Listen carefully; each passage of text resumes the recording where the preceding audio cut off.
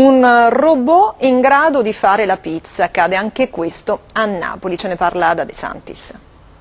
La classica pizza, quella fatta volteggiare in aria da maestri pizzaioli all'ombra del Vesuvio, non sarà più solo un'esclusiva dell'uomo. Si chiama Rodiman, il robot che sarà in grado di replicare, vedremo con quanta destrezza, un mestiere che a Napoli è un'arte. Un pizzaiolo con un torso, 2 braccia leggere, mani con 5 dita, una testa sensorizzata montato su una piattaforma mobile. Naturalmente il robot pizzaiolo è solo una delle possibili applicazioni di un progetto tutto partenopeo. Ovviamente l'obiettivo non è quello di sostituire il pizzaiolo con il robot, bensì quello di affrontare problemi di manipolazione destra complessa, come ad esempio in campo medico. Basti pensare alla manipolazione di tessuti molli come pelle e muscoli.